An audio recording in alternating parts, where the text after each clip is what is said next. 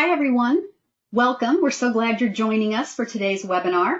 I'm Beth Waite-Lefevre. I'm the Training and Implementation Specialist for PRC, and PRC Saltillo was really happy to sponsor Lauren Enders and our presentation tonight, Make It Fun, Activity Ideas for Jumpstarting AAC Learning. I'm going to take us through a couple of housekeeping tips, and then I'll turn it over to Lauren. All right. First of all, if you should have trouble hearing or connecting to this class, first I would suggest logging out of GoToWebinar and logging back in. And if your trouble persists, you might turn your computer off and restart it and then log back in. If you would continue to still have issues, I would ask you to contact LogMeIn, because at that point we can't do any individual troubleshooting for you. Also, in the materials section of the toolbar for GoToWebinar, you will have several handouts there. So you want to make sure and get a hold of those. You've got several from Lauren as well as the ASHA information, and we'll talk about that more in a second. Also, there's a feedback survey. So as the class closes, you'll be asked to complete a feedback survey. So we hope that you'll do that as well. And then you're going to, we have in here, you can type in some questions. So if you're having specific issues, you can type that in, and we'll try to walk you through the troubleshooting tips I just gave you. We have lots of information. We're so lucky to have 90 minutes with Lauren. So I'm not sure how much individual questions we're going to be able to get to. You can type those in, and we'll try to get to those at the end if there's time. Okay. Now, as far as ASHA, if you use the ASHA CEU registry, then you want to apply for ASHA CEUs, then you need to follow the directions that are in that materials link. So you've got the ASHA bubble sheet. You're going to fill that out just like always. Make sure and include the date on that form as well. And you need to make sure and submit that to us within 15 days. So the instructions are there. So you need to follow the instructions to submit that. We have hundreds and hundreds and hundreds of people attending our training. So we're so excited that you're here. But we want to give you credit. So you have to make sure you follow the directions when you fill that out. Also, for ASHA, you do need to stay online the entire time. GoToWebinar uses a timestamp, so you need to be logged in and actively participating. For those of you who are not SLPs, or if you're an SLP who tracks your own CEUs, you will get a certificate of attendance as well that you can use for that purpose. So at this point, I'm really happy to turn it over to Lauren, and I'm going to let her introduce herself and tell you about her session. Thanks a lot, Lauren. Of course.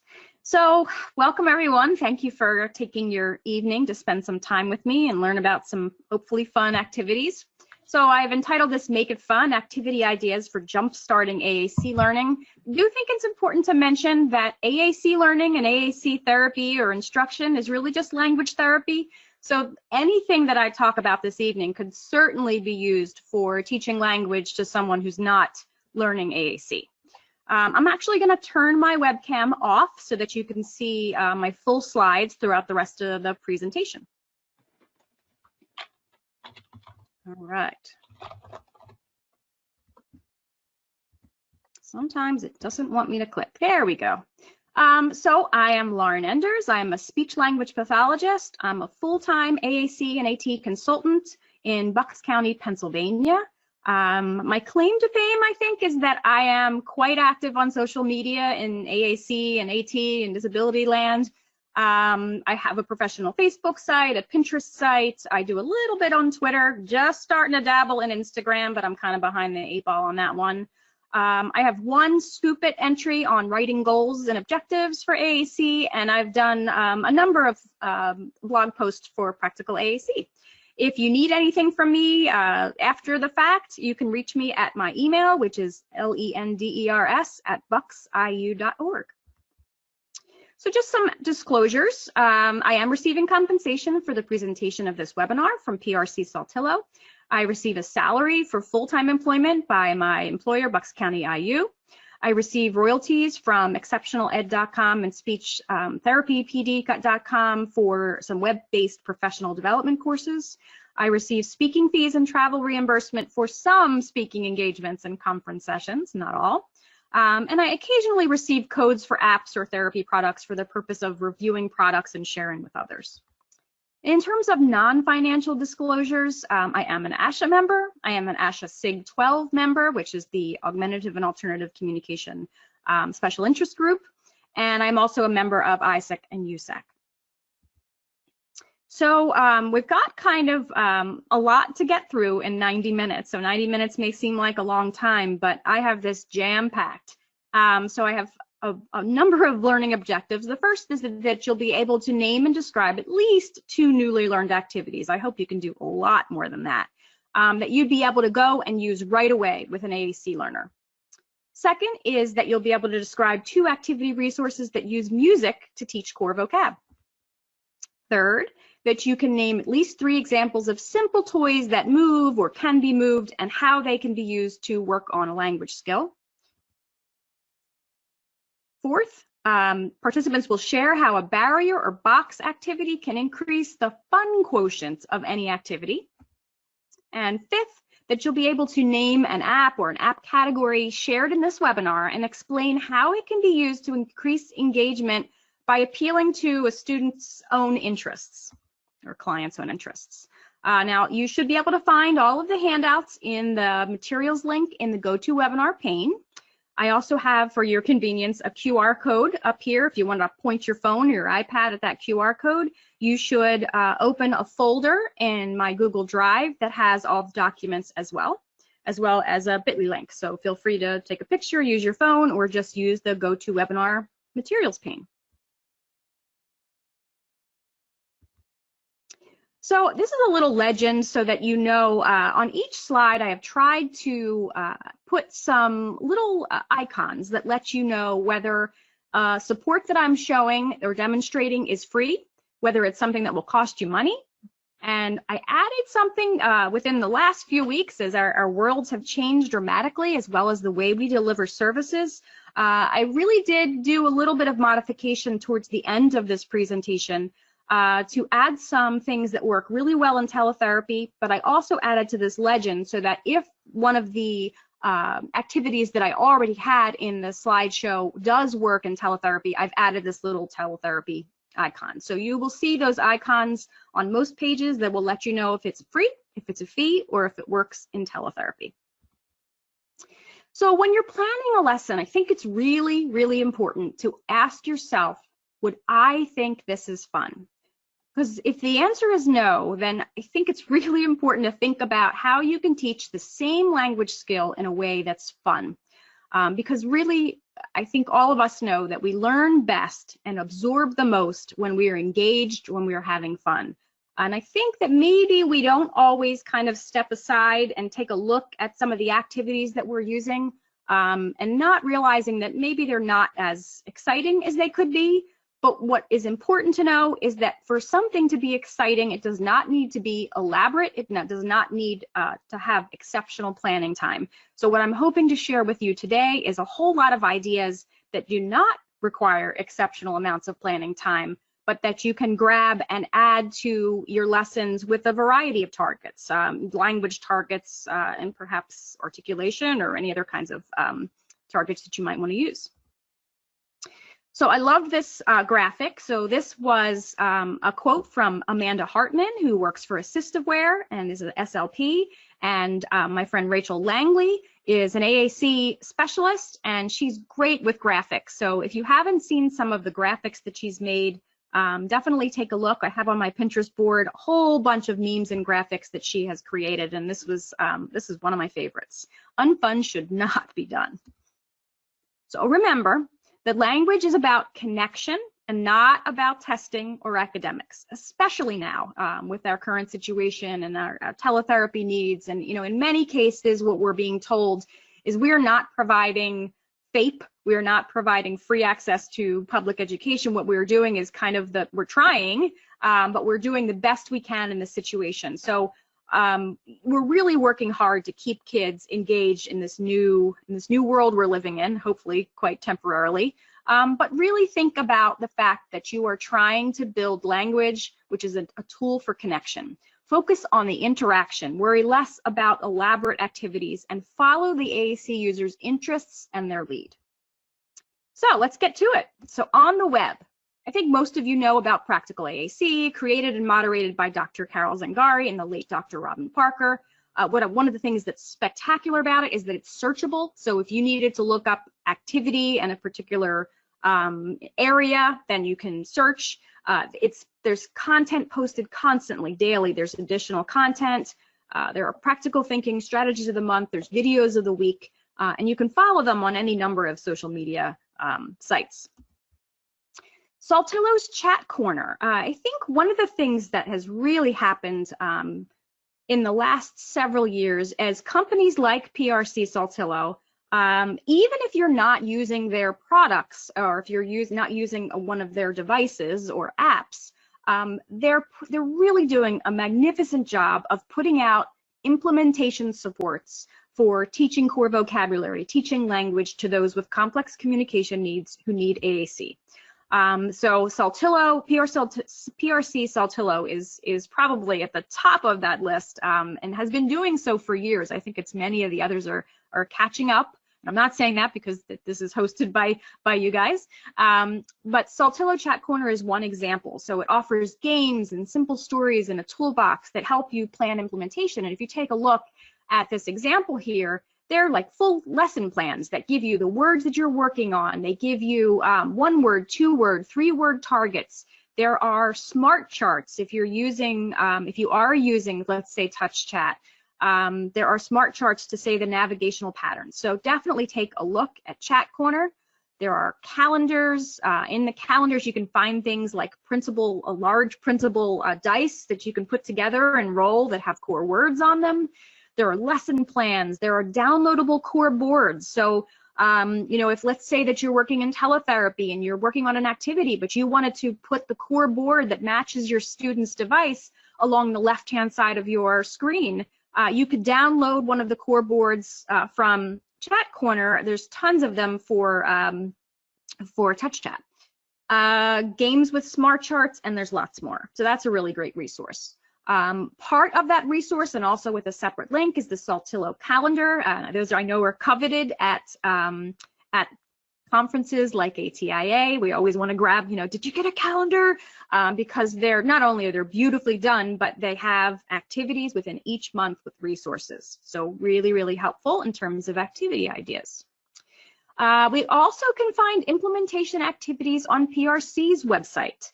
There are if you go to the implementation activities section, you'll see a literacy planner. You'll see a section called Active with AAC, and you'll see implementation activities. I actually think I'm going to let you check out this one on your own. If we have time at the end to go back, I think I'll play with this a little bit, but I'm thinking that we should probably look at some of the other solutions rather than watching this video, because there's so much to get through, and I think that you guys are all handy at exploring the web. So teaching core through music, so many of our students are really, really engaged by music. And I think it's important to remember that sometimes it's going to be music for the younger set, and sometimes it's going to be music that's more popular music, and we always do want to consider being age respectful. So if we think about teaching core through music, I'm going to just share with you some resources where you can find videos that are really helpful, as well as some other supports. So on YouTube, there is a site called Music with Ms. Marlowe, and she sings songs, and she has added symbol support to both to songs and to book reading. So here is just a little example. The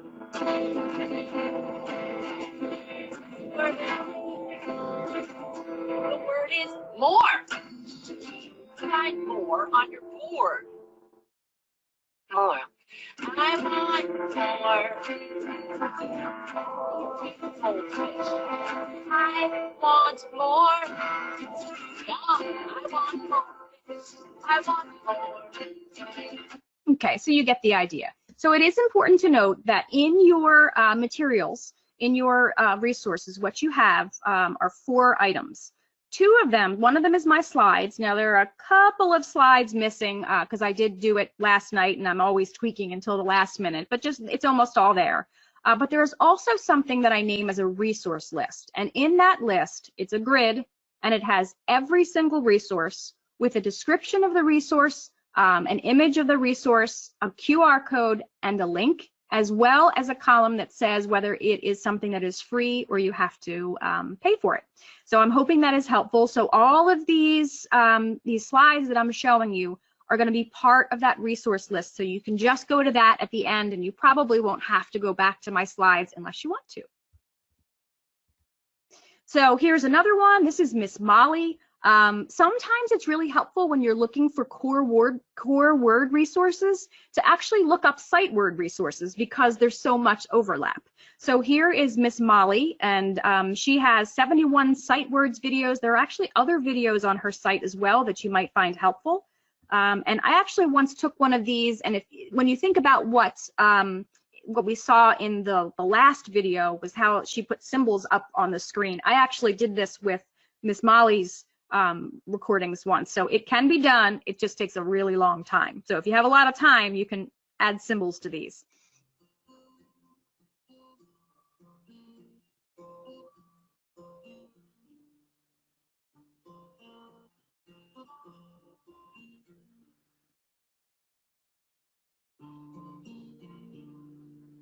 S E E S E E. I can see you. S E E S E E S E. Okay, so you get the idea. It'll keep going. And you know, sometimes to us, this seems kind of monotonous and dull, but for many of our students, repetitive things with a repetitive nature, things with music, things that they can watch over and over again can be really helpful. And because these are sight words, they're almost all core words, and then you can get practice using devices, using core boards, and also spelling. You know, don't forget about literacy, so that you could also be using S because she's going through S-E-E repeatedly. So we could be working on both augmentative communication and literacy. So that's another nice one. So there is this other YouTube channel called AAC Song Stories and Resources. And there's a whole bunch in there, but I'm going to just show you a couple examples. Here's one.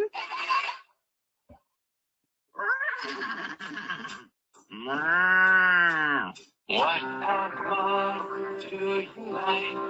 What color do you like?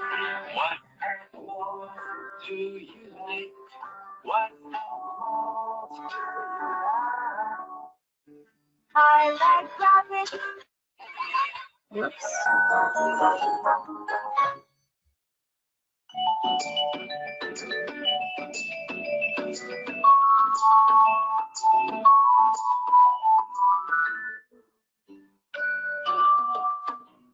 Do you like spaghetti?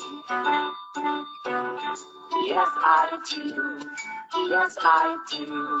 Do you like yogurt? Yes, I do. Yes, I do. Do you like spaghetti yogurt? Okay, so what you see in both of these is lots of repetitive language. Now, if you were really good, I've actually, in the last couple of weeks with all the teletherapy and me trying to actually help my staff get up to speed with some of the technology aspects of what we're now being asked to do, I've gotten a little bit of experience in WeVideo and other video editors. So if you did have that kind of experience, think about, you could take particularly the one on the right. You could take the one on the right and you could use a video editor. You could dub over the sounds, and you could use your own words. So it could be, think about, you know, the opportunities there. So if whatever you're working on core vocabulary wise, it could be colors, it could be shapes, it could be, and you could use the same character. That, of course, is if you have lots of time on your hands, which most of us don't, but just a thought. So on that resource, AAC Song Stories and Resources on YouTube, there's a focus on simple words and phrases. It is geared towards young children. I am going to show things for a variety of age groups. This one is for young children. It's well, at the time it was 141 I should have turned my watch ringer off. At the time, it was 141 videos. It could be more now because this was a couple months ago. There's lots of repetition. There's various creators and sources, and there are some that are on this list that are actually specifically made to teach core vocabulary. So this is one from AAC Family Fun that you can find AAC Family Fun on Facebook and on YouTube. And this is truly a family, an AAC family. I believe their child uses a Nova Chat, I think. And they post all kinds of fun ways to model language at home. And what I like about this is they're keeping up with these on a monthly basis, and they are taking core words and they are finding songs that can be used to practice those core words. So if you're working on Eat, the song Eat It by Weird Al, or the Apples and Bananas song. If you're working on the word happy, you can play Happy from Pharrell or Happy Together from the Turtles. And this is, thinking about those age respectful. If you're using popular songs, you certainly are able to kind of move more towards that age respectful area. So playlist of songs that feature repeated core words, and the videos are featured on their YouTube channel, so you can go watch them. Then there's Rachel Langley's core word song list. This was something that she had come up with. I think it might have been on her Facebook site, and I do have her permission to share this. And this was just a running Google Doc that a bunch of us in the AAC community started thinking about specific core words and songs that could be used to teach them. So, the word all of you from John Legend, the word all again, All You Need Is Love from the Beatles. So this is a really lovely list that will give you a whole bunch of popular song titles and the core words you can be practicing. I'm not sure how many of you are using wordless animated short videos, but if you're not, this is definitely something to add to your list. I don't know if I've come across any students that are not interested in wordless animated shorts. It might be just finding the right one and the right kind of animation. So let's take a look. There's a great blog post from Rachel Madel and Susan Berkowitz on how to use animated shorts or wordless videos to elicit language in AAC users. And you can find that on Practical AAC. And what they talk about is, setting your intention. So what are you working on with this video? Pause it, model, rewind it. So it's not that you're just hitting play and then just sitting and watching it with the child or your client. You are very, very deliberate in how it's being used. You use repetition and just get creative. So with that said, I'm going to share a couple of my favorites and also talk about a list that I've made so that you don't have to do the searching that I already did to find all the shorts that would be appropriate to use in therapy. So, well, I say appropriate, but, usable. I must admit that I am someone who sinks to using bathroom humor with clients and students. I'm all about engagement, and most people think farts are funny. I've come across a few that have not, but most people do. So here is an example of a wordless video that think about the language that you could elicit with this one.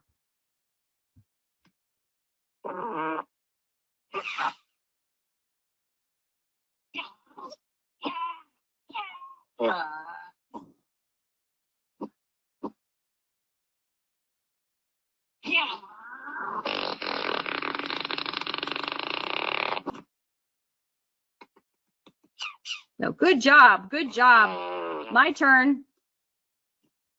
That bad. Uh-oh, yucky. Down. So lots of language can be had. There is a curated playlist of 27, actually, I keep using numbers. I probably shouldn't use numbers because you never know if they've added more, of wordless videos posted by this Miss Cositas TV channel. So that's one place you can go. This series, the first time I saw a couple of these, I was laughing hysterically. So it's a really interesting concept. And the concept is, it's the Rollin' Wild series. And the concept is, what if animals were round like balls? And what would happen in their daily lives if they were round? So let's take a look.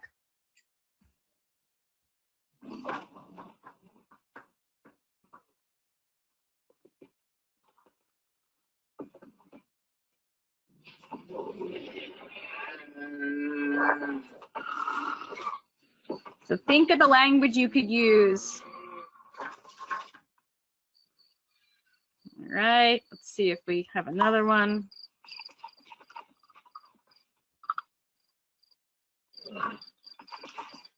What is going to happen? Uh-oh. What happened? So lots of questions that you could practice. So I think they're adorable. I don't know, I hope some of you like them as well. We could probably sit and watch a whole bunch of them, but we don't have time, so let's keep going. So this is the wordless video list that I created and that you do have as one of the handouts in the materials pane and also in that Google Drive folder that I had given a QR code for. And I give you the link to the blog post from Rachel and Susan, as well as a handout. There's a handout on here from Dr. Musselwhite, and there's some resources from Sarah Wu, who's an SLP. And then there are several pages of wordless animated short videos that you can find on YouTube with links. So there you go. You can also find a whole bunch of short video clips for speech therapy. Now, these are not all wordless videos, but they're all video clips. I think most of them are wordless. They are video clips that can be used for therapy that are curated here. So again, this is in your resource list. So all of these are in your resource list ready for you. So online subscriptions. AAC Language Lab. AAC Language Lab is a subscription service offered by PRC Saltillo that I have been raving about for years. It used to be significantly more expensive, and when it was, I felt that it was worth every penny. It is now only $19.95 a year, and I recommend this even if you are not supporting AAC users who are using PRC or Saltillo products.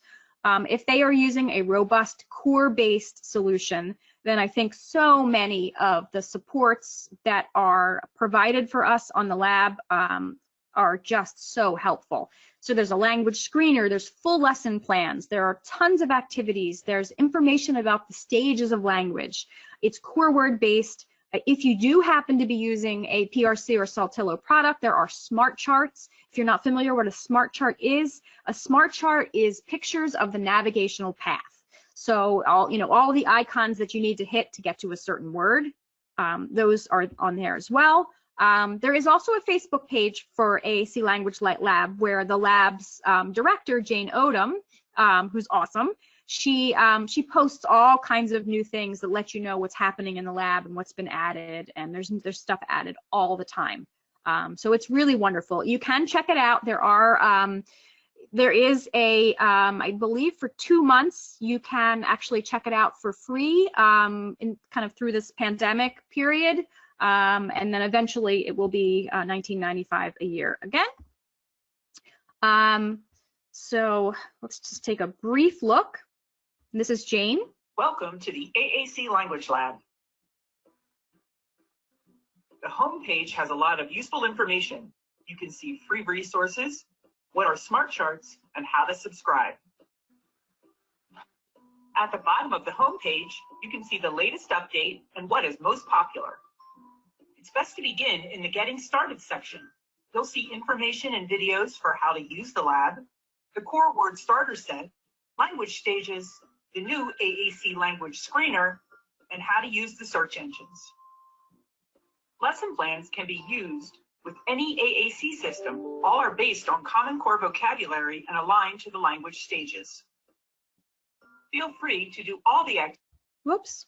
Okay, so we don't have time to watch the whole thing, but this can be seen on the lab or on the web. I think it's really important to note that I have used this slide before when I was not presenting for PRC Saltillo. It really is that good. So it's wonderful if you are using PRC Saltillo products, but I'm not just presenting about this because of my host today. So I think that's important to note. So there's also Realize Language, which is also a subscription-based product from PRC Saltillo, which is a really cool tool that not that many people know about that allows you to monitor and measure AAC progress in individuals who are using PRC Saltillo products. You can make word clouds from the most used words from a student's device or an adult's, a client's. You can create reports and analyses. You can identify words. Let's say you were trying to figure out which words to target. This data collection tool will actually allow you to see what words are actually not being used at all. Is there, are we missing prepositions? Are we missing past tense verbs? So there's some really, really wonderful supports through Realize Language. You can pull up charts with, how the language is being used. You can pull up lists of not only the words that are being used, but how many times they're being used. You can see word clouds, like I said before. So a really cool tool for you to just know about. Then there are Teachers Pay Teachers stores, and I think that right now Teachers Pay Teachers is probably doing some really good business, because sometimes this is the perfect kind of activity for us to use for teletherapy, because people have already spent the time to create digital activities that we can then just use. Sometimes we can find some for free, sometimes we need to pay. It depends. So this was one that I just came upon after someone posted on a Facebook page that is really, really impressive. If you are doing synchronous live teletherapy, I definitely suggest you check her site out. Super engaging activities, very detailed. She's done a lot of work for us. I'm really actually looking to learn from her. I'm going to probably buy a couple of these and try to figure out how she's using PowerPoint so extensively for some of these activities. It is important to read the system requirements carefully depending on the technology your students are using. So if you have a student that's using a Chromebook, for example, they might not be able to use the activity quite the same as if a student is using a PC. So before you download, really consider, and you're using this for teletherapy, not with a student sitting next to you. Just make sure you consider those. If you're going to use them when we're back in school or back in therapy, and you're going to be sitting next to them, then it's probably less important as long as it's on your system. And there are a variety of prices on her website, but there are examples like she's taken Caribou and she's made it digital. She's taken Pig Pop, so Pop the Pig.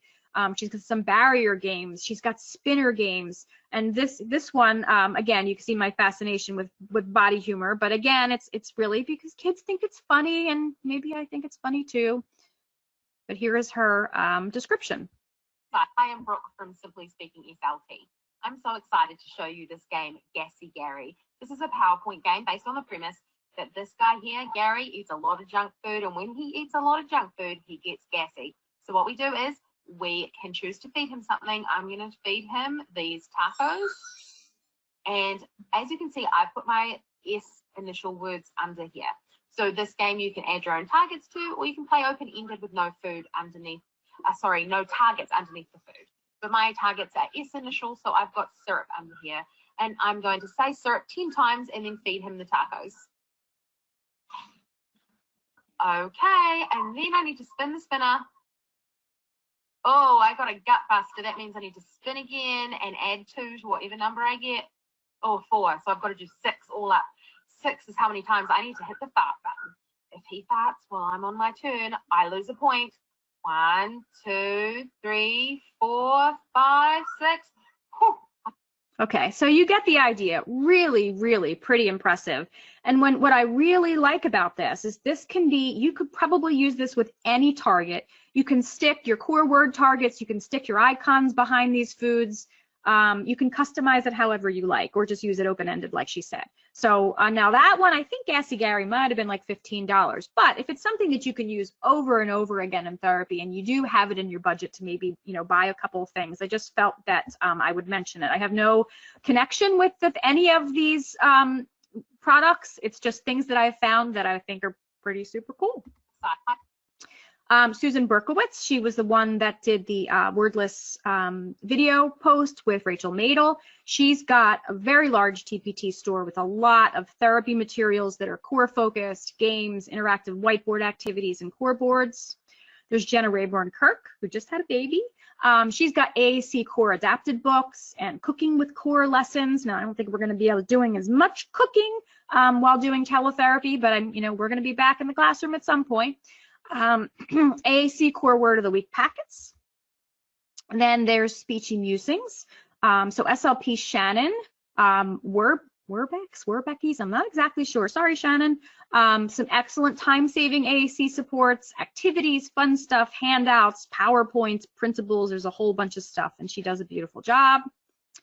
I'm not sure how many people are familiar with Dr. Carol Goossens' teaching resources. Her store is called Bloom. Dr. Goossens is, she's a pretty famous lady in the AAC world. If you're familiar with the color coding scheme that is the default in Proloquo to Go, that is the Goossens, Crane, and Elder color coding scheme. So, she's done a lot of work, and in her retirement, I cannot imagine the hours she spends on each one of these, but she has harnessed the power of PowerPoint to create engaging animations with sounds that are customizable, with crafts and games and poems, and they're all only like $5 or $6 each, and they can be customized and changed. So really cool stuff. So here is an example of one. Because they're in PowerPoint, you can make them adapted with a switch, just like you would with any other possible with anything else in PowerPoint, as long as you have a switch interface. So here's an example. So what is Flubber? Now you can get, when you download Dr. Goossens, they're called animated step-by-steps, all these different activities. When you download them, you can choose to download them with PCS, so Boardmaker Mayor Johnson symbols. You can choose to download them with symbol sticks with graphics for visually impaired, so high contrast, or with none. I think it's really important to mention, I don't know how many of you follow the work of Drs. Erickson and Copenhaver for emergent literacy, but it's really important that if you are teaching AAC, it's totally cool to use symbols, because you are then, can be teaching the symbols and where they have to go. As soon as you switch to teaching reading, you want to get rid of the symbols. They've actually been shown to interfere with development of literacy skills. So I feel remiss if I don't mention that. So really, if you're keeping the symbols, you'd want to be working on AAC. If you're working on literacy, you might want to scratch those. So, but look what happens with your animations.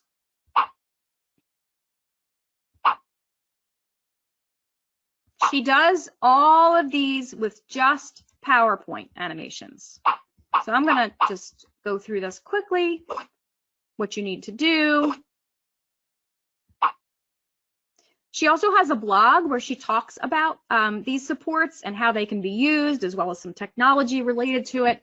And that's something really worthwhile. She posts on Twitter related to her blog as well.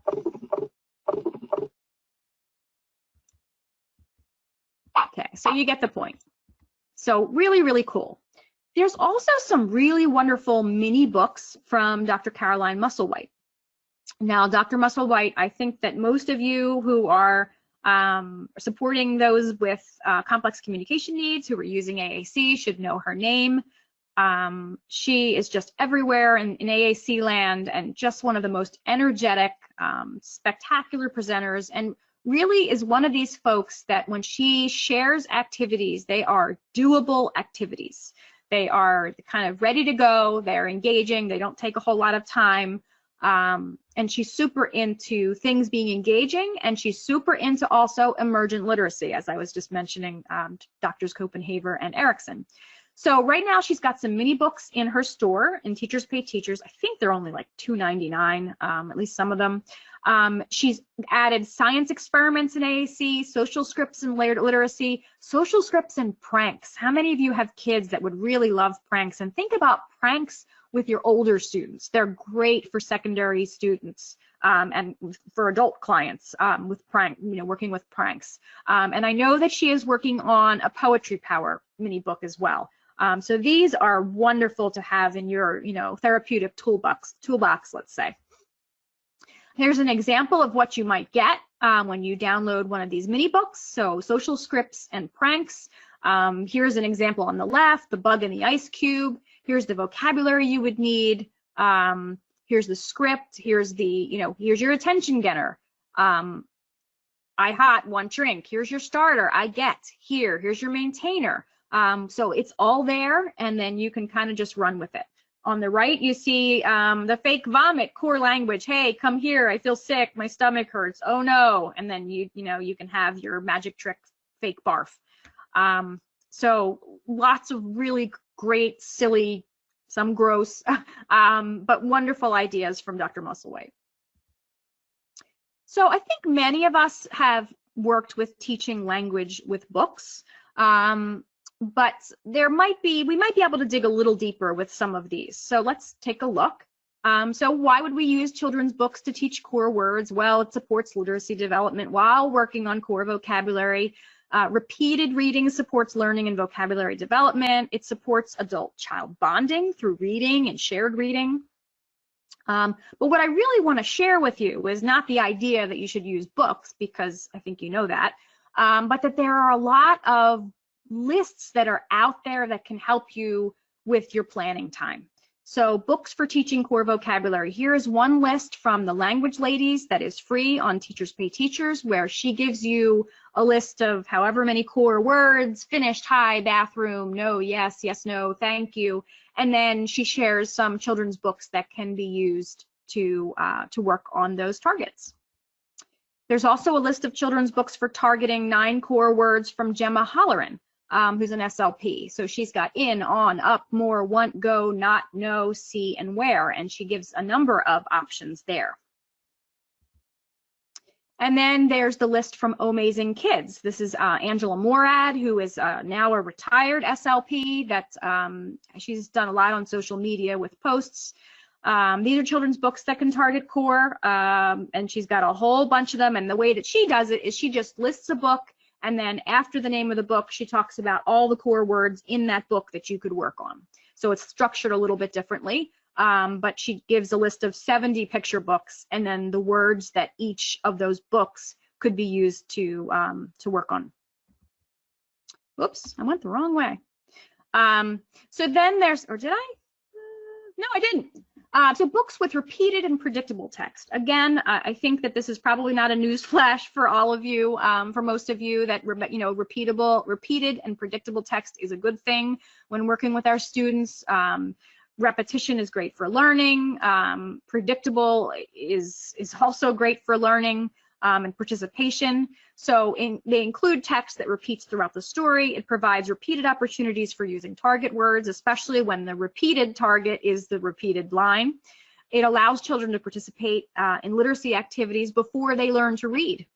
Because those repetitive texts, we can put them, and we can put them into something like a step-by-step, or they can be in their communication device. Lots of things we can do with those. So there are 3 lists that I wanted to share of children's books with predictable and repeated text. One is one that's been around for a number of years. That's on aacintervention.com. One is from the Monroe County Public Library. And one is a list on Goodreads, which I think had like 400 in it. These are all in your resource list. So should you need lists of kids' books with repeated and predictable text, there you go. I'm also not sure if you guys are familiar with the Core First book series from Toby Dynavox. So these are some early learning books that were created specifically for working on core vocabulary. They are free, they are printable. There's 36 simple printable stories. Each core word has a lesson plan and 3 books to go with it. And they work on things like pronouns, verbs, adjectives, articles, and negation. So these would be great to kind of add to your arsenal as well. And they're free. I'm really hoping that many of you, or most of you, or maybe all of you know about Tar Heel Reader. If you don't, I would absolutely highly recommend that you go and spend some time poking around in the Tar Heel Reader. You heard me mention Drs. Erickson and Copenhaver, and the fact that they are our go-to folks in the land of emergent literacy. They did just they released a book. A new book this year, which I now own. Excellent resources. They have created this resource, this free resource for creating and accessing really simple books. So think PowerPoint. So think just having a slide, having a big picture in the middle, and having some text underneath of it. But if you have a bunch of them, that becomes a book. And I think that sometimes we get hung up on the fact that something needs to look fancy to be a great activity. Not so. So Tar Heel is great because there's a searchable database of simple books that other people have created. So if you have a student that's really interested in vacuum cleaners, I've had more than one of those, you could type in vacuum in the search and see what comes up. Maybe there's one that you would like to use. Maybe there's one that you would like to actually open up and make some changes to. You can change backgrounds. You can add speech. The speech is not high quality speech because, you know, it's free. But it works. You can enlarge menus. Not everybody knows that. So the arrows that you would use in Tar Heel Reader to navigate through a book can actually be enlarged in the settings to be really large on the sides. And there are tools that allow you to create and share your own books and publish them. So if you create books, then you can publish. But the next one is the one I really want to talk about. So this is a new support called the Tar Heel Shared Reader that was debuted at ATIA in January, and it is really, really cool. So what it does is it combines two resources. It combines Tar Heel Reader's library of age and ability appropriate books, so it's using Tar Heel Reader books, but then it adds a shared reading interface that supports adults in engaging students more actively and constructing meanings from text. So in other words, it's giving you an interface where there are symbols across the bottom and you can preset. One of the things that Dr. Erickson and Dr. Copenhaver really talk about is that before you do shared reading with a child, and shared reading is an incredibly beneficial activity for both language and literacy development. Before you do that, you want to do a little bit of planning to look at each page and what words are you going to talk about and what are the questions you're going to ask. So here is a little video that was created by someone named Miss Holman on YouTube that I found, where it just gives you a little demo of what you might see in Tar Heel Shared Reader. So you would want to, if you were creating the book yourself, you would want to go into Tar Heel Reader first, create the book and publish it. And then if you wanted to use it for shared reading, then you would pull it up within Tar Heel Shared Reader. They're not really quite integrated in the way that you open one and then can use shared reader. You have to go specifically into the shared reader if you want to use the symbols, but let's take a look. The title of the book is Feeling Good About Staying Home. Oh, I see a picture of a man with a thumbs up, and I think he's saying, Load.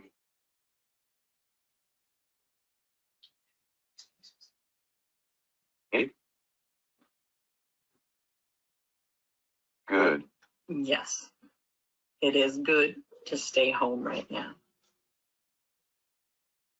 There have been lots of changes to our lives because we need to stop the coronavirus spreading. Oh, I see lots of yellow tape and it says stop. I think they want us to Stop. Okay. stop it. Okay, so when you open Tar Heel Shared Reader, you are able to go into the Tar Heel book that you want, and then you are able to select which words in that book that you want to have symbols available to you for. You will notice that it does have speech. Again, it's not super high quality speech, but we're talking about a free support here, so I think we should just go with it. But you can see how beneficial this might be.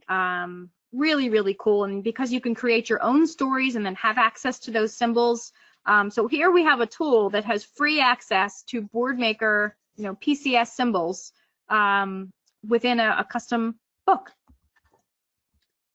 Okay, so wordless picture books. You know, we looked at wordless videos, and we know that those can be really, really wonderful supports for, you know, all kinds of language activities. So, but there's also wordless picture books. So they allow the reader to create the dialogue and choose target words. The illustrations are typically really detailed because you need to be able to figure out what's going on in these stories without words. So they're really awesome for working on verbs and adjectives especially.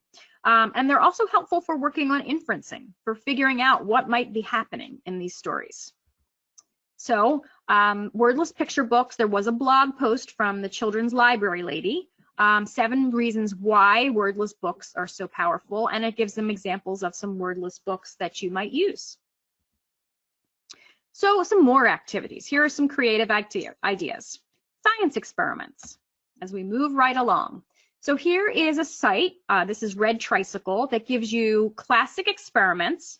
It's a compilation of experiments from different sites. There's materials, there's instructions for each experiment. And here's an example, a homemade lava lamp. Sometimes, you know, cooking can be a wonderful experience, but sometimes we have kids that are not eating at all. So maybe we want to avoid cooking activities, but we still want to do that whole recipe, kind of get the steps down thing. So science experiments can be really, really awesome. If you hear some weird noises, I'm not sure exactly what my dog is doing across the room, but don't think I can stop him right now. So it's not me, it's my dog. Then one of the joys of presenting from home. So back to Bloom on Teachers Pay Teachers, science projects from Dr. Goossens. So here are some examples. You saw the flubber example earlier, but here are some more examples of just downloadable TPT science projects. So a bean experiment, a flower stem experiment, let's make a volcano, egg cola. There's lots of them on there. Let's see. Now we have science fun for everyone. You know what, although I need to get my husband to get my dog away. Science Fun for Everyone offers, there's a materials list, there's instructions, it is searchable, it is made for kids, and there are experiments, there are jokes, there's trivia, and there's science surprises. So really great website for you to know about. Sound effects. So sound effects are something that I've long been using. You heard me talk about the fact that I tend to use bathroom humor because it's so engaging. So that kind of leads itself to sound effects. And so there's a practical AAC post that I did several years ago now on, which is actually a full lesson plan on how I might use sound effects. And there are some search engines, which is really, really cool. There are some search engines where you can type in, so let's go back to the student that likes vacuum cleaners. So let's say that you want to do an activity and you're going to surround that activity around either story making or something about vacuum cleaners. Maybe you're going to make a PowerPoint about vacuum cleaners, or you do something. But you need some vacuum cleaner sounds, and you can incorporate sounds in many, in Google Slides, in PowerPoint, all kinds of places you can incorporate sounds, and suddenly you can make a book more engaging because you've got sounds. So with these sound search engines, you just type in vacuum cleaner and up comes a bunch of options for, sorry, I'm getting distracted by my dog. A bunch of options for different sounds, and then you can play them. You can determine, is this the one that I want? And if you want that one, then you can click to download it. So there's findsounds.com, there's freesound.org. Just give me 1 second. I'm going to text my husband and tell him to take my dog. The joys of working from home. Please get Toby, SOS. Oh. Okay. All right. I'm going to try to work through it. Oops. I'm not going to show you that video. I think you can figure out how to use those. Noise making toys. So things like talking pens and sound effects apps and noise making squeeze toys and sound effects machines, whoopee cushions. There's all kinds of cheap little noise making toys that you can use. I have, sitting on my right here, I don't have my, well, I figure, let's just put it back on for 1 second. You hidden but you're still okay. So, you know, things like this that I found, I think at Five Below. I'm hoping that you can see it. It's just a tiny little $5 fart machine. That would work. I'm going to turn my camera off again though, so that you can see my full slides. Okay, unboxing activities. So why is this 8-year-old child a multimillionaire? I'm not sure how many are familiar with this kid and Ryan's world. Maybe he's 9 by now. But this child, I think the last I saw, he had something like $27 million. Why does he have $27 million? Well, he opens stuff on YouTube. That's what he does, and that's how much he's earned, which is telling you how much people are watching, particularly children, are watching the unboxing of things. So my thought is there's something to that. There is something to the fact that kids want to see things, you know, that are being unboxed because kids are curious. So how can we monopolize on that curiosity? Well, we can do things like barrier box activities. They are reusable. They are incredibly versatile. So what is in the box? Can I see? My turn. So you could do any activity, I mean, it could be anything. It could be a Mother's Day craft. It could be a science experiment. But suddenly when you put all the stuff in a box, then you can have all kinds of core vocabulary that really have nothing to do with that specific activity, but they're core words and they relate to them being able to see in the box, you know, what is it? Can I see? All those kinds of things. So here is a little bit of a snippet from Gail Van Tatenhove, who posted about this activity years ago, and years later, I'm still showing it. So I'm not going to show the whole thing.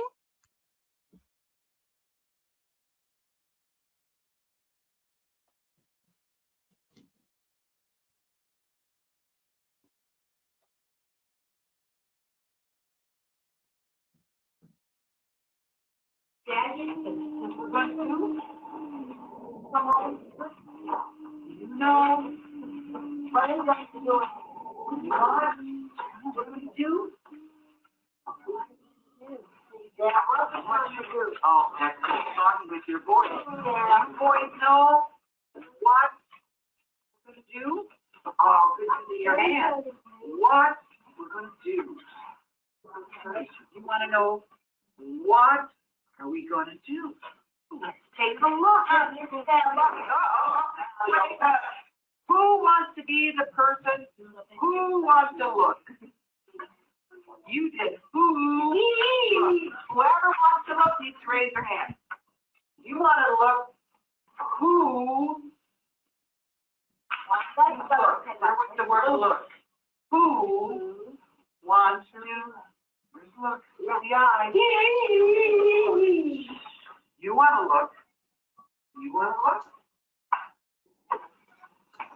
Okay, so I think you get the idea. So I think she had some kind of craft in the box, but it doesn't even matter what's in the box. And so this is something that is reusable. You can use different vocabulary. All you need is a big box, so, well, that's cheap. So really, really a wonderful, wonderful activity. And the fact that there's a barrier and that you can't see does that, it adds that curiosity element. So here's another thing. So when I was in the pharmacy right after Easter, I noticed that there were bags and bags of plastic Easter eggs. And there were ones that looked like animal hides, and there were ones that were like metallic and shiny, and there were large ones and there were small ones. And they were super cheap because it was after Easter. So I bought a whole bunch. And then I was asked to go help a paraprofessional who was learning to model AAC for a student who was trialing a device. So I grabbed those, and I heard that this little boy is, even though he's in first grade, he already has literacy skills, and he likes spelling and he likes letters. So I also brought a bunch of little foam letters, the kinds you might pop out of a puzzle or something like that. And I hid letters inside. And there was so much language just from him determining. He would tell me the color of the egg that I would open. If he would tell me that, you know, he wants the one that's on top. We were doing all kinds of core vocabulary. but it was related to opening the eggs. And then when we got a letter, well, then we had all kinds of activities that we could do related to the letter that was chosen.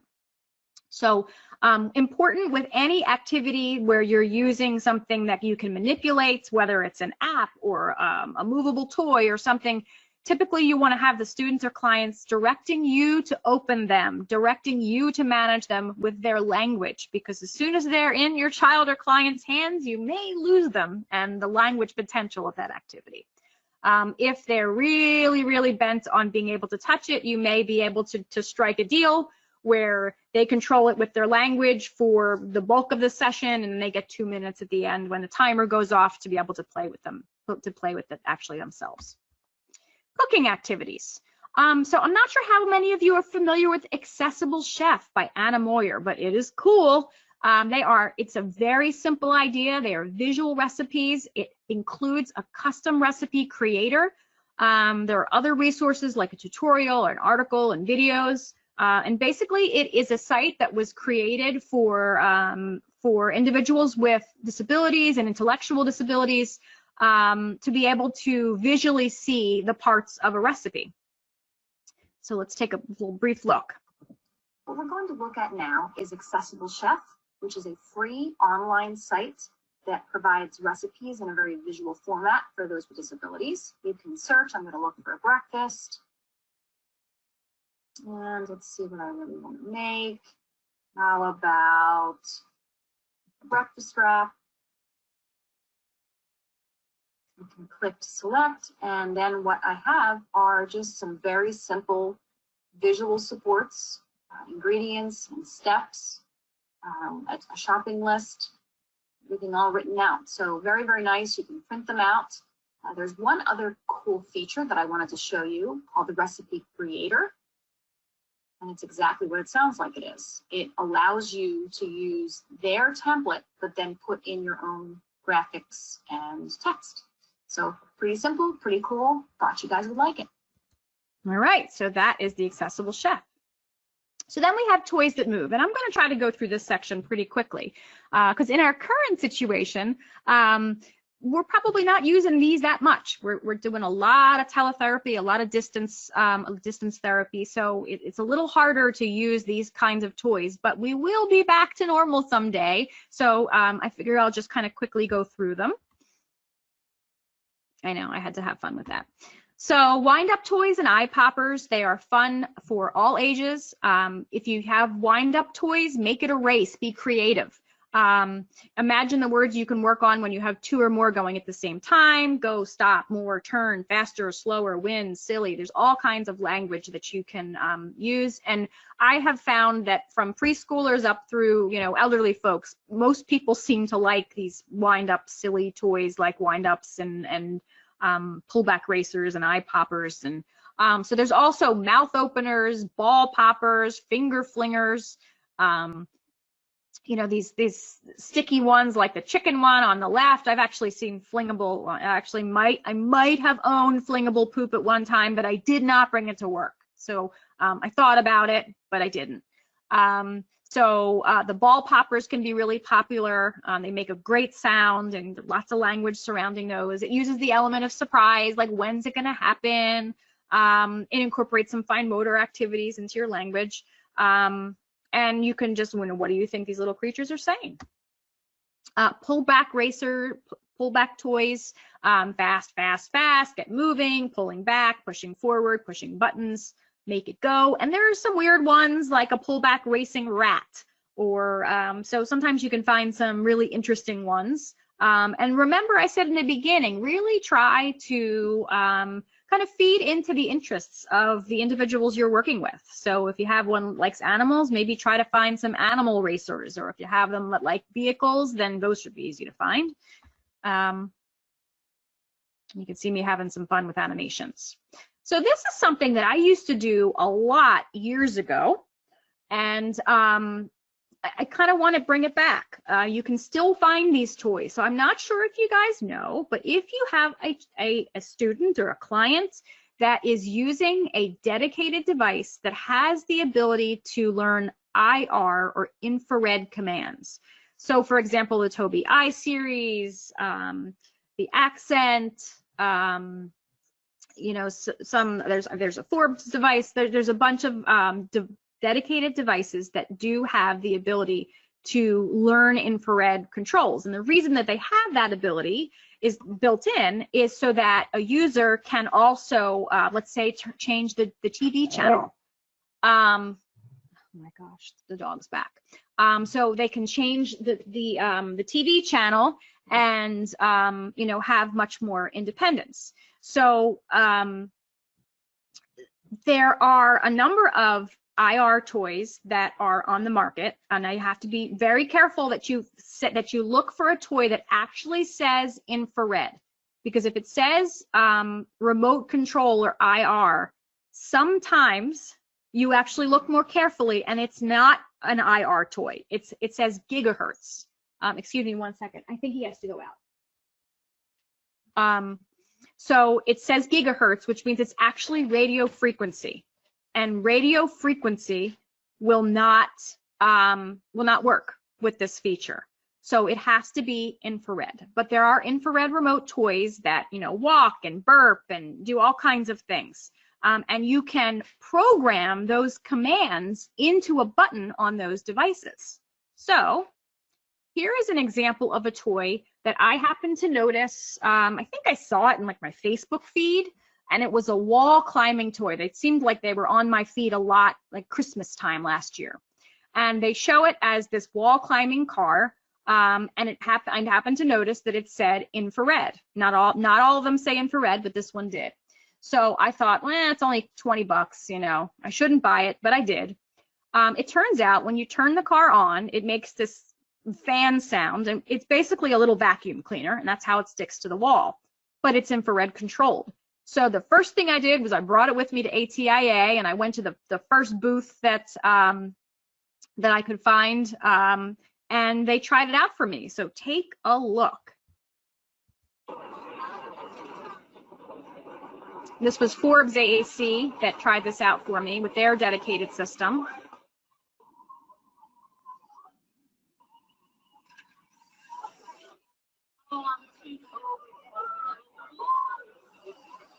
So I was pretty excited. I get pretty excited over these silly kinds of things. So that is just for you guys to know that infrared remote, and it can be really hard to read the fine print, especially on Amazon, to whether it actually is an infrared toy. If you see an antenna on the remote, it's not infrared. The infrareds are the ones that have like the little glass round bubble. All right, so also, did you know that smart speakers understand synthesized speech from devices? So these can give a communicator control, especially those who have complex bodies and have very, very limited or no motion. Imagine the power, you know, think about all of the smart speaker enabled things we have now. We can turn on lights with smart speakers. We can lock things. We can plug in appliances to an adapter that goes into the wall that allows it to be controlled by a smart speaker. So there's so much out there now. Well, they understand synthesized speech. So whatever kind of high-tech system you have should understand, you know, whether it's Alexa or Siri or, oops, I have an Alexa, she's probably listening. That's not a name I can respond to. She's answering me.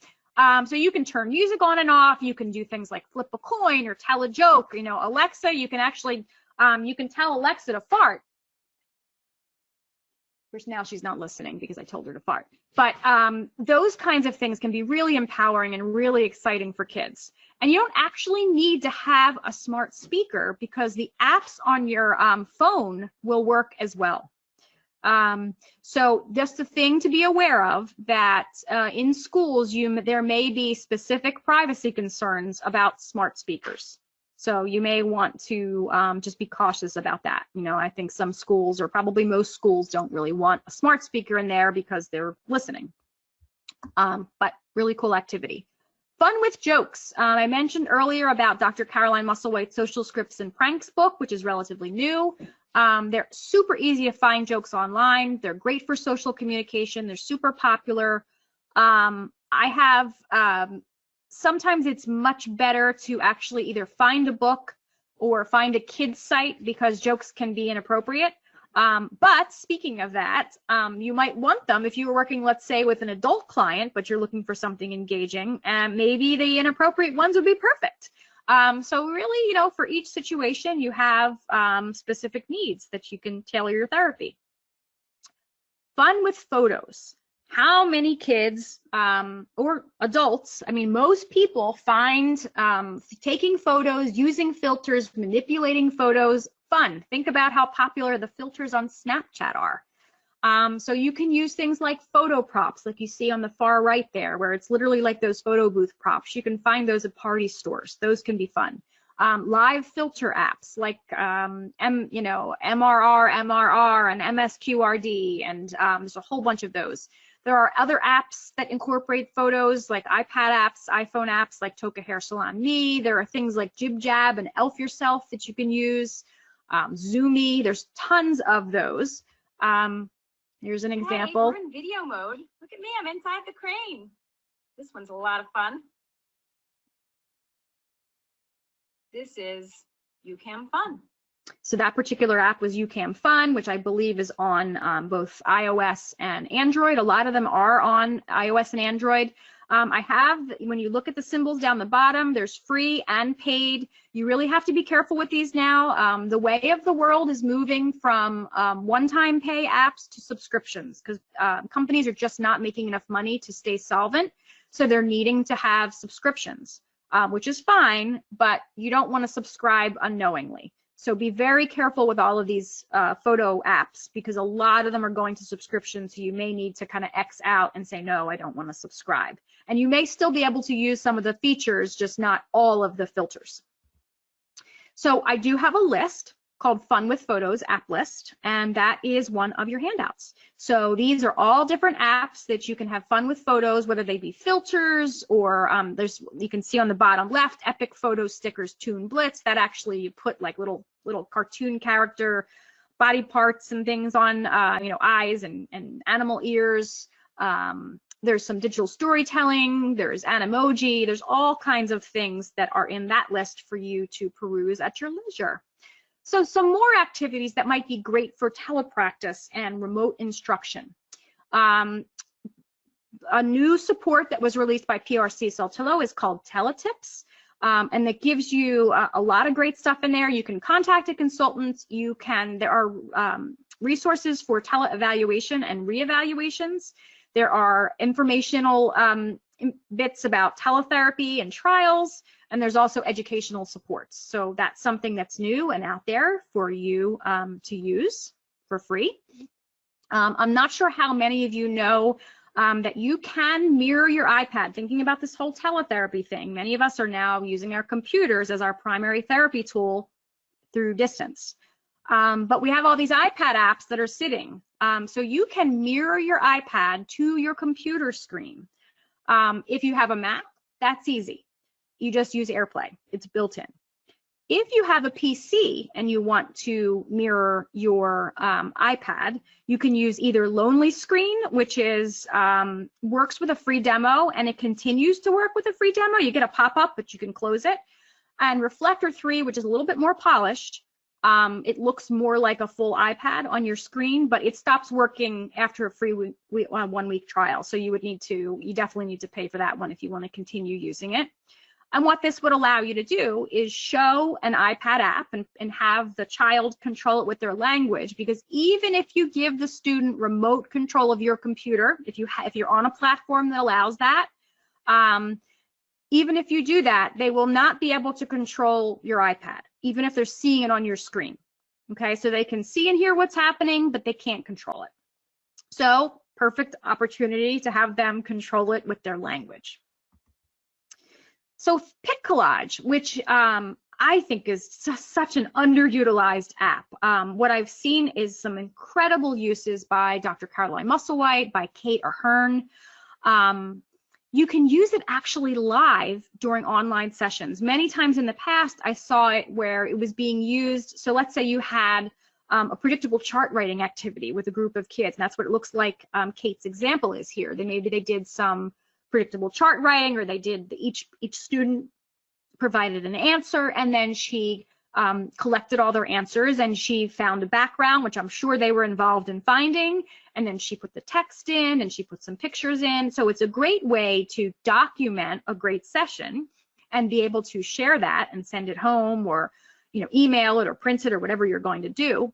And you can create those posters, but you can also use it live, which I had never thought about until I had the opportunity to sit in on one of Kate Ahern's amazing teletherapy language sessions that she's running daily and has been throughout the course of this pandemic. So you can have the communicator choose photos and graphics and backgrounds, where to put things, but then at the end you can download it and you can print them or email it and send it home. So let's take a look. So I did a little bit of a demo. Let's see, we got 15 minutes left. I think I'm moving at a good clip, so hopefully we will get through everything. Let's take a look at how you might use pic collage in a therapy session or lesson. Let's say my student is super interested in vacuum cleaners. I'm going to go with her interest and develop a language lesson with talking and writing about vacuum cleaners. If this is a teletherapy or distance learning session, I could mirror my iPad or iPhone to my computer and share my screen or active window within my video conferencing platform like Zoom or WebEx or Google Meets or something like that. So I'm going to, within Pic Collage, I'm going to go for the freestyle option. And here I might say, okay, let's choose our background and ask the child to pick a color. And let's say she says pink. And then I'm going to click my check mark. The next thing I want to do is I want to find some vacuum cleaners. And I can do that right within the app. So I'm going to go to Web Image. And I can actually choose from images or GIFs, so animated GIFs. I'm going to go for images of vacuum cleaners, so I'm just going to search. And I would type out loud and spell it for the student, supporting literacy. Use her language. Or have her spell it. Just tell me the color of the vacuum cleaner that she wants. Let's say she wants a blue vacuum cleaner and a green vacuum cleaner. So I'm going to put the check mark up there, and then I get 2 vacuum cleaners. Now I could leave them as is, or I can actually remove backgrounds in here. So if I double tap on one of my images and select cut out, and I can get the scissors, I can actually go around. I'm doing this quickly, but I think I would try to get a little closer to the image. But you get the idea. That's the way I like it. And I can move it. Let's do this one. Cut that one out. Now, if this were a person, it will cut it out automatically. If you see that people next to the scissors, it says people. It's pretty good at cutting out people, and you don't have to do all this tracing. All right, so then we've got 2 vacuum cleaners. But let's say that I want to have an activity where we're talking about ourselves, because that can be really, really exciting and fun. So let's add a photo. Oh, I forgot that I did this. And I'm going to add a photo of myself. Lovely. If I double tap, I can also do a cutout. Now there's a special feature where we can cut out a picture of a person. So I chose that. And there I am. And let's pretend that this student, let's pretend that our student looks a lot like Baby Yoda. And that Baby Yoda picture, I used a Star Wars app and was using the AR section to put Star Wars characters in my living room. So think about the therapy potential there as well. It was a free Star Wars app. Because these are just photos and images on the screen, we could have an activity where the child directs and says, oh, well, Mrs. Enders gets to use the green vacuum cleaner, and I get to use the blue vacuum cleaner, and we're going to make it go up and down. And we can use the screen record function on the iPad to create a whole movie. We can also add text. So I like vacuums. Oops. We can move that wherever we want.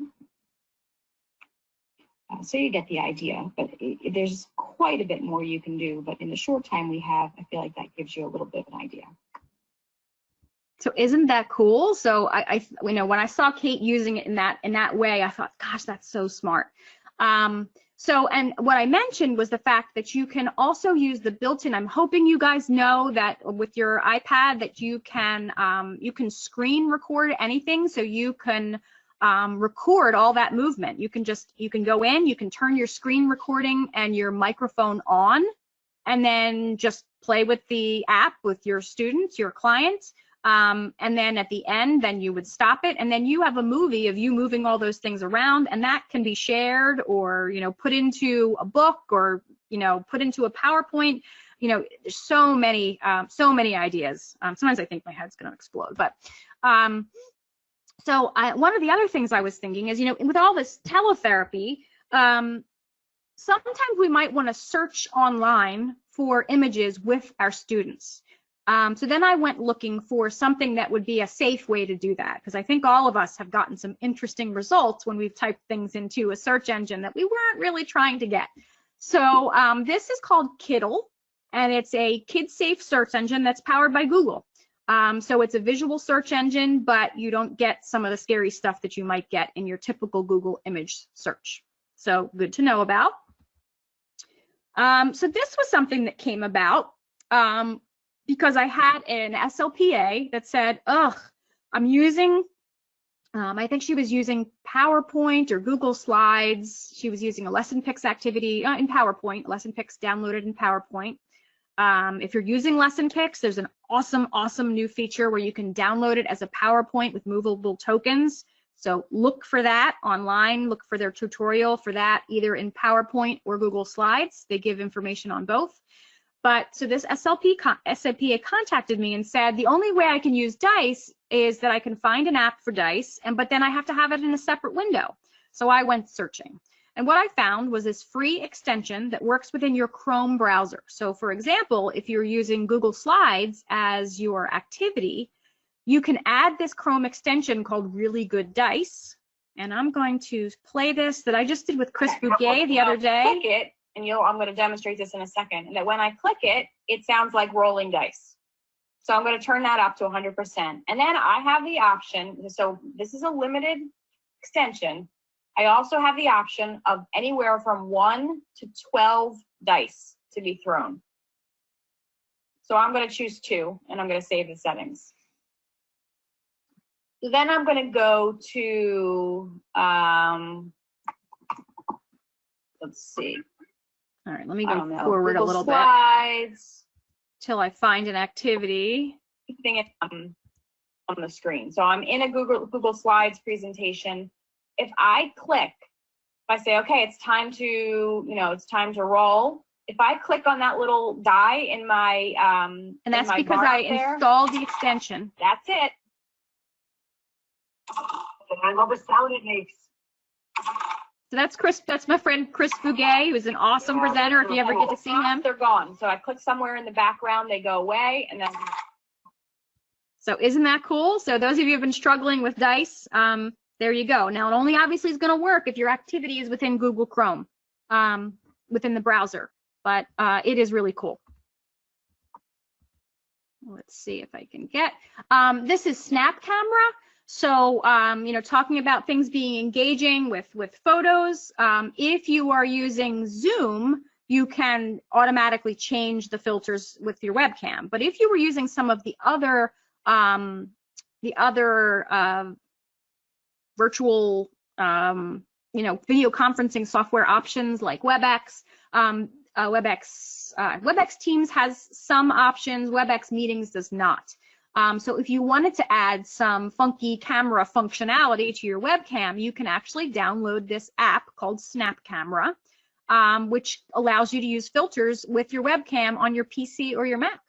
It works with most of the video conferencing platforms. I would be careful and pre-select filters. I would say that not all of these filters are probably appropriate for kids. Some of them are a little weird. I don't know if any of you saw the thing where the boss was a potato for the whole session. It was like a viral Twitter thing where the boss accidentally made herself into a potato. That was with this app. So simply adding a silly filter can increase the fun in a lesson.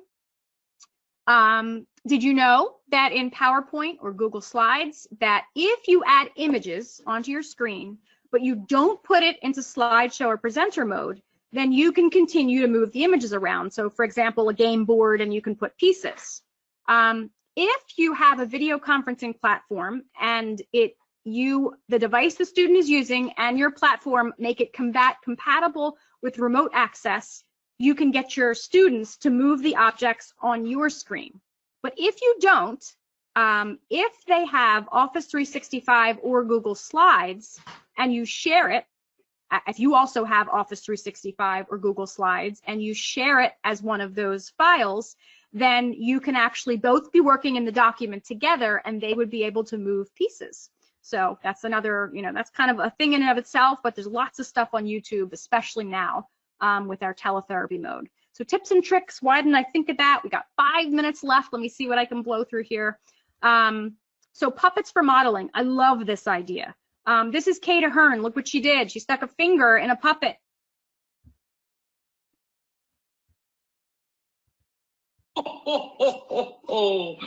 In and out. You're pouring it out. Yeah, put it in. In. Good job, Samantha. Put the rice in and take the rice out. Out. Good job. Ho, ho, ho, ho, ho. In and out. Yay! Mwah. So what she did, Samantha loves Santa Claus, so to make it more engaging, all she did was poke a hole in Santa's hand and she activates the device through Santa with a Santa voice, and suddenly it is engaging. Screenshots and cropping. I'm sure that most of you were using screenshots and cropping, but I do have a couple of slides. You can use screenshots and cropping for selecting icons from your apps, from all kinds of things. So there's some information about screenshots on the iPad and the iPhone, screenshots on the computer. It's a different process on PC or Mac, but you can do that. Important to know about New Voice Pass and Chat Editor software from PRC Saltillo. They're awesome for creating therapy materials with symbols that are on their devices. So there's Unity or LAMP Words for Life. You would use the Write with Icons feature with within New Voice Pass software, and in the resource document is a video for how to do that. I don't have time to watch my video. There's also this the things you can do make and take session that was recorded that's on YouTube as well. There's also this awesome document from PRC. I don't know how many years old it is, but I love it, that just talks about activities like blocks or chasing or bubbles, and then it gives 1-word, 2-word phrases of core vocabulary and activities that you can do with those. And don't forget to print and send home student work. It provides data, it shows progression, it allows the child to share and be proud of their work. And it helps teach kids that writing is a form of communication. So right now we might have to be emailing their work, but don't forget about the emailing and printing and the permanency that is so important for kids. Woo! So I think I made it. It's 8:30. We are pretty much out of time. Well, it's 8:28. But I want to thank you. I know that was a whirlwind. Just to remind you that, I selected things that I thought were engaging and fun and accessible. There's a lot more where that came from, and hopefully I'll keep plugging away and making more presentations of different ideas, because I know that these kinds of things are really, really badly needed as we have less and less time. I don't know about you, but especially with this new teletherapy thing, the workload is increased, manyfold. So I really do hope that you guys leave with something valuable, that you meet those learning objectives that we saw in the beginning, and that you have some fun. So I think we can kind of wrap up it. I don't know if we have 1 minute for questions. I don't know if. Well, Lauren, that was awesome, and we're just seeing so many things in the chat. People are just saying it was amazing. They would like for you to show your bit.ly and your QR code again, if you would. Oh, sure. And of course. People are just saying, thank you for the great resources, the ideas, so much fun. Awesome. And also, people have asked about recording. So we did record this webinar, and it will be housed on the Saltillo and PRC YouTube channels. So that will probably be in the next couple of days or so when that gets posted. So you'll have access to that as well if you would like to see that again. It's always good to go through and look at stuff again and kind of digest it after you've heard it once, especially when there's so much information in here. All right, well, I think we're going to wrap it up then. Thank you so much again, Lauren. We so appreciated having you here. Thank you, everybody, for attending our webinar, and we hope to see you again. Hope to see you again, another PRC Saltillo webinar training. Yes.